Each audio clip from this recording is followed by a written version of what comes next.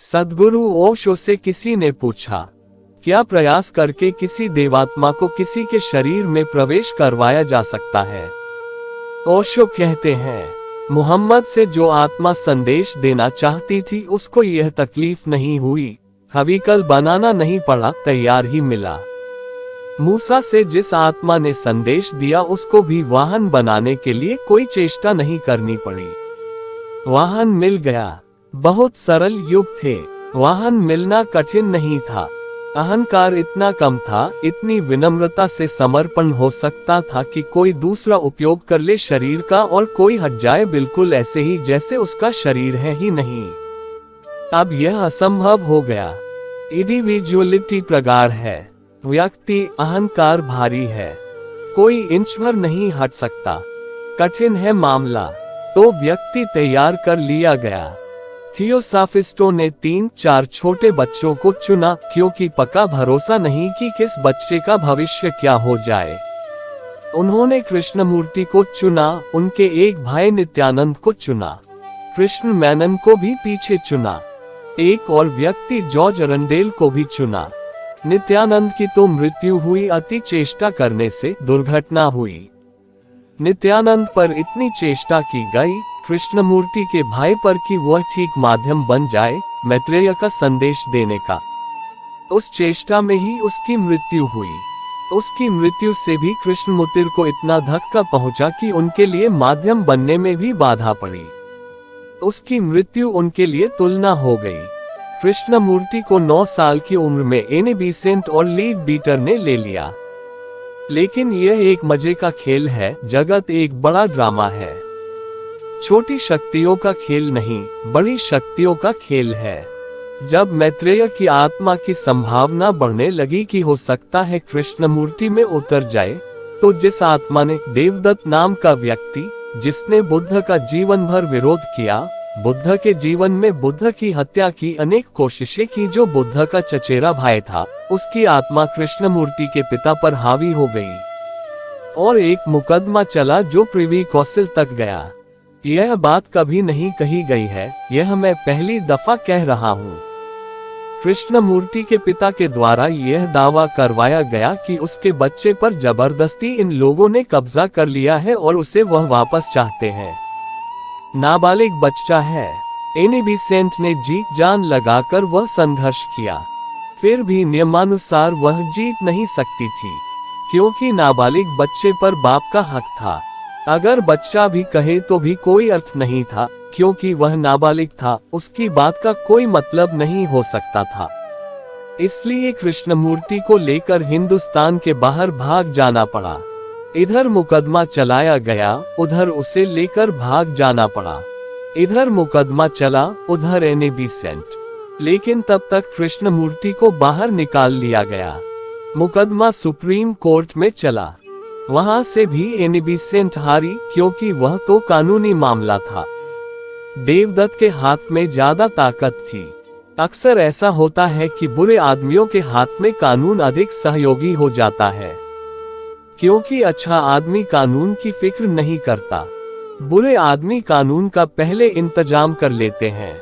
फिर वह privy council में गया और प्रिवी कौंसिल ने सब कानून को तोड़कर निर्णय दिया कि वह एनी बीसेंट के पास जाए। इसके लिए कोई प्रेसिडेंट नहीं था, यह बिल्कुल न्यायोचित नहीं थी घटना। इसके लिए कोई नियम नहीं था, यह बिल्कुल ही गैरकानूनी था फैसला। लेकिन प्रिवी कौंसिल के ऊपर तो कोई उपाय नहीं था। यह निर्णय भी मैत्रेय की आत्मा के द्वारा ही संभव हुआ, नहीं तो संभव नहीं हो सकता था।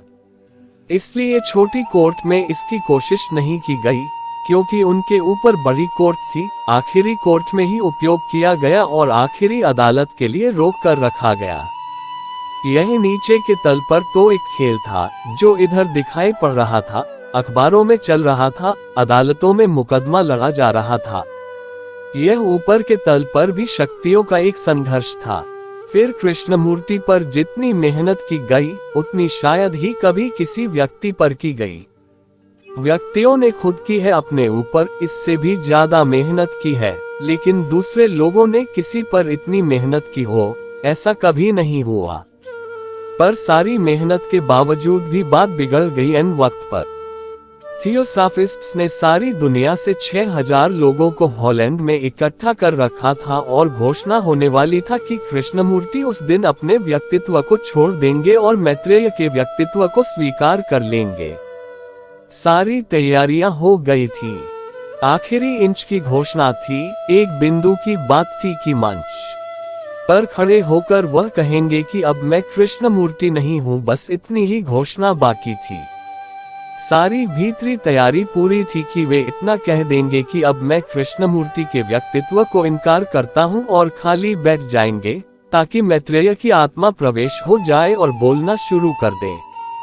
सारी दुनिया के 6000 लोग जो समझते थे और उत्सुक थे, प्यासे थे, वह इकट्ठे हुए थे दूर दूर से आकर इस घटना को देखने के लिए और मैत्रेय की आवाज को सुनने के लिए। एक अनूठी घटना होने वाली थी, लेकिन कुछ नहीं हुआ और ऐन वक्त पर कृष्णमूर्ति ने इनकार कर दिया। देवदत्त ने फिर धक्का दिया। वह जो प्रिवी कौंसिल में नहीं हो सका था, वह अंततः आखिरी अदालत में हार गया। देवदत्त ने धक्का देकर एन वक्त पर कृष्णमूर्ति से इनकार करवा दिया कि मैं कोई शिक्षक नहीं हूँ, मैं कोई जगतगुरु नहीं हूँ, किसी की आत्मा से मुझे कुछ लेना देना नहीं है। मैं हूँ और जो मुझे कहना था वह कह दिया। बहुत बड़ा प्रयोग असफल हुआ है, पर एक अर्थ में पहला प्रयोग था उस तरह का, और असफल होने की ज्यादा संभावना थी। उस तल पर आत्माएं संवाद नहीं कर सकती हैं जब तक वह किसी के शरीर को न ग्रहण कर ले, और उस बीच में उनकी कोई प्रगति नहीं होती। इसीलिए मनुष्य जन्म फिर अनिवार्य है। जैसे आज कोई मरा और 100 साल तक वह अशरीरी हालत में रहे, तो इन 100 साल में किसी तरह का विकास ही नहीं होता।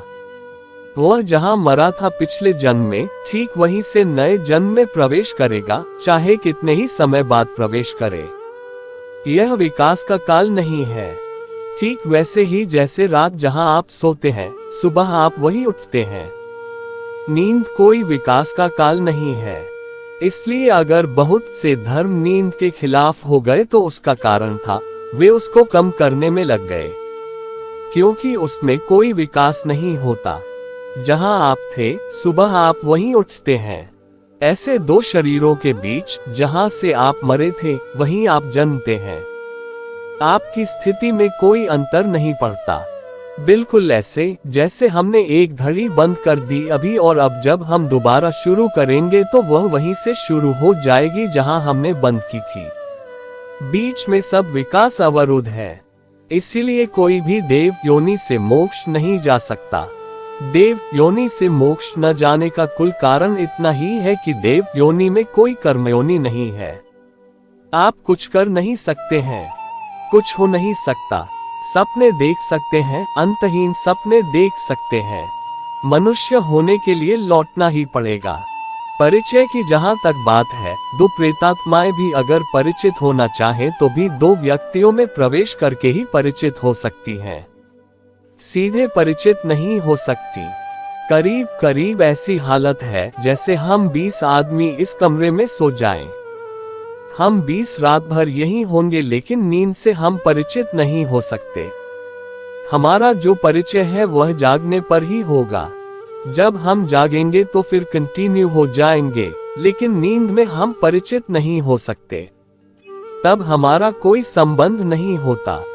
हाँ, यह हो सकता है कि एक आदमी जाग जाए, वह सबको देख। इसका मतलब यह है कि अगर एक आत्मा किसी के शरीर में प्रवेश कर जाए तो वह आत्मा इन सारी आत्माओं को देख सकती है। फिर भी वे आत्माएं उसे नहीं देखेंगी। और अगर एक आत्मा किसी के शरीर में प्रवेश कर जाए तो वह दूसरी आत्माओं को, जो कि अशरीरी हैं, उनके बाबत कुछ जान सकती है। लेकिन वे आत्माएं उसके बाबत कुछ भी नहीं जान सकती। असल में जानना जो है, परिचय जो है, वह भी जिस मस्तिष्क से संभव होता है वह भी शरीर के साथ विदा हो जाता है। हाँ, कुछ संभावनाएं फिर भी शेष रह जाती हैं जो कि हो सकती हैं। जैसे अगर किसी व्यक्ति ने जीते जी मस्तिष्क मुक्त टेलीपैथी या क्लेरवायंस के संबंध निर्मित किए हो, किसी व्यक्ति ने जीते जी मस्तिष्क के बिना जानने के मार्ग निर्मित कर लिए हों, तो वह प्रेत या देव योनि में भी जा सकेगा। पर ऐसे बहुत कम लोग हैं। इसलिए जिन आत्माओं ने कुछ खबरें दी हैं उस लोक की आत्माओं के बाबत, वे उस तरह की आत्माएं हैं। यह स्थिति ऐसी है कि जैसे 20 आदमी शराब पी लें, सब बेहोश हो जाए, लेकिन एक आदमी ने शराब पीने का इतना अभ्यास किया हो कि कितनी ही शराब पी ले और बेहोश न हो, तो वह शराब पीकर भी होश में बना रहेगा। जो व्यक्ति शराब पीकर भी होश में बना रह सकता है, वह शराब के अनुभव के संबंध में ऐसा कुछ कह सकता है जो बेहोश रहने वाले नहीं कह सकते, क्योंकि वह जानने के पहले ही बेहोश हो गए होते हैं। इस तरह के भी छोटे छोटे संगठन काम करते रहे हैं दुनिया में, जो कुछ लोगों को तैयार करते हैं कि वह मरने के बाद जो लोक होगा उस लोक के संबंध में कुछ जानकारी दे सकें। जैसे लंदन में एक छोटी सी संस्था थी, जैसे कुछ बड़े बड़े लोग, ओलिवर लाज जैसे लोग उसके सदस्य थे। उन्होंने पूरी कोशिश की। जब ओलिवर लाज मरा, उन्होंने पूरी चेष्टा की कि मरने के बाद वह खबर भेज सके, लेकिन 20 साल तक मेहनत करने पर भी कोई खबर न मिल सकी।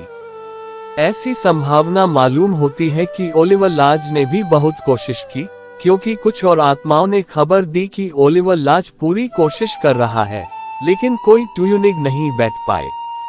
20 साल निरंतर बहुत दफा ओलिवर लाज ने खटखटाया उन लोगों को जिनसे उसने वायदा किया था कि मैं खबर भेजूंगा, मैं मरते से ही पहला काम यह करूंगा कि कुछ खबर दे दूं।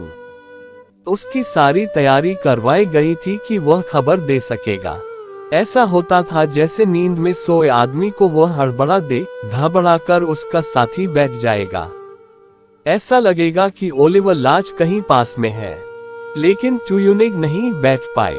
ओलिवर लाज तैयार गया, लेकिन कोई दूसरा आदमी तैयार नहीं था इस योग्य जो ओलिवर लाज कुछ कहे तो उसे पकड़ ले।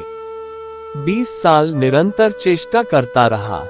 न मालूम कितनी दफा ऐसा होता कि रास्ते में अकेले कोई जाए, एकदम कोई कंधे पर कोई हाथ रख दे। मित्र जो कि ओलिवर लाज के हाथ के स्पर्श को जानते थे, वह एकदम चौंक कर कहेंगे कि लाज, लेकिन फिर बात हो जाती है। इसकी बहुत कोशिश चली।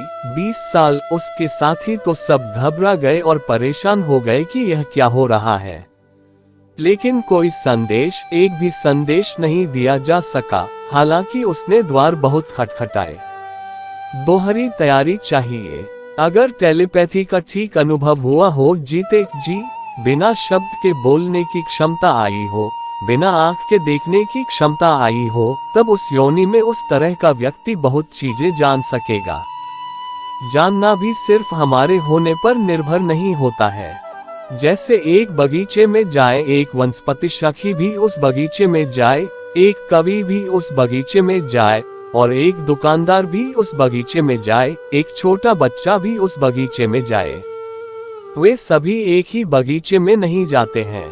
बच्चा तितलियों के पीछे भागने लगता है, दुकानदार बैठकर अपनी दुकान की बात सोचने लगता है। उसे न फूल दिखाई पड़ते हैं, न कविता दिखाई पड़ती है। कवि फूलों में अटक जाता है और कविताओं में खो जाता है।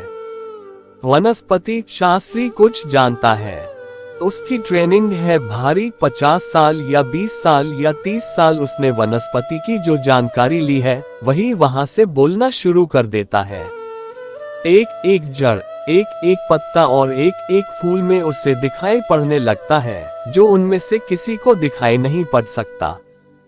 ठीक इसी प्रकार उस लोक में भी जो ऐसे ही मर जाते हैं इस जीवन में शरीर के अतिरिक्त बिना कुछ जाने, उनका तो कोई परिचय, कोई संबंध कुछ नहीं हो पाता। वह तो एक कोमा में, एक गहरी तंद्रा में पड़े रहकर नए जन्म की प्रतीक्षा करते हैं। लेकिन जो कुछ तैयारी करके जाते हैं वे कुछ कर सकते हैं। इसकी तैयारी के भी शास्त्र हैं। और मरने से पहले अगर कोई वैज्ञानिक ढंग से मरे, विज्ञान पूर्वक मरे और मरने की पूरी तैयारी करके मरे, पूरा पाथेय लेकर, मरने के बाद के पूरे सूत्र लेकर कि क्या क्या करेगा, तो बहुत काम कर सकता है। विराट अनुभव की संभावनाएं वहां हैं, लेकिन साधारणत नहीं। साधारणत आदमी मरा, अभी जन्म जाए कि वर्षों बाद जन्मे, वह इस बीच से कुछ भी लेकर कुछ भी करके नहीं जाता, और इसलिए भी सीधे संवाद की कोई संभावना नहीं है।